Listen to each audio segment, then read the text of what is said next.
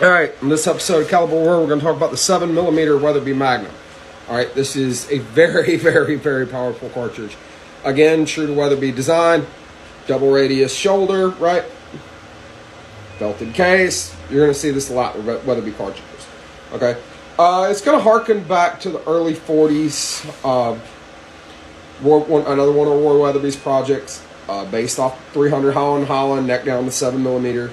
Okay. Case was blown out to eliminate the taper, and you also have to shorten it again so that you could run it in a standard long action rifle without needing a true Magnum action, meaning a lighter, more portable weapon. Didn't really come on the market until the 50s. Again, most of your firearm and ammunition manufacturers during the 40s had other stuff to do than make stuff for the private market.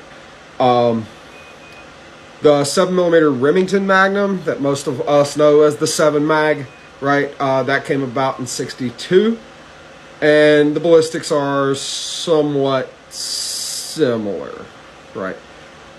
It does have the big advantage of being a conventional long action cartridge versus needing a Magnum length action, right?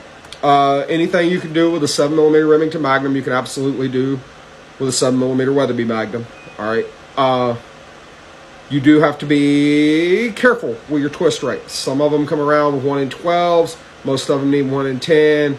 For some of the mid-production stuff, you're going to find some of those old 1 in 12 barrels. You don't want that. You want a 1 in 10 or so. All right. Ballistics. You're looking at bullets running from 140 or 139 to 175 grains.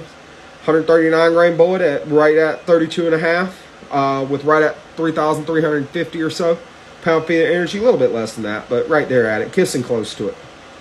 120 grain bullet, right, is going to be 3430 out the muzzle with just under 3,150 pound-feet of energy.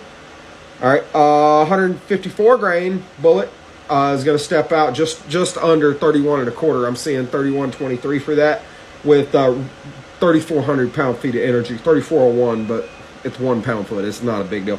That's like the force of dropping your hand on the table from a foot above it. I mean, that's not much. It's not enough to worry about. And your 160 grain bullet is going to be stepping out at 3050 or thereabouts with right at 3,300 pound-feet of energy. And your 175 grain bullet stepping out at 3070 with 3662. So this is a very, very powerful cartridge, and you can absolutely do some good work with it. Again, you see the similarities here to the 7mm Remington Magnum, so you could do some really good work with it, just like the 7 Remington Magnum.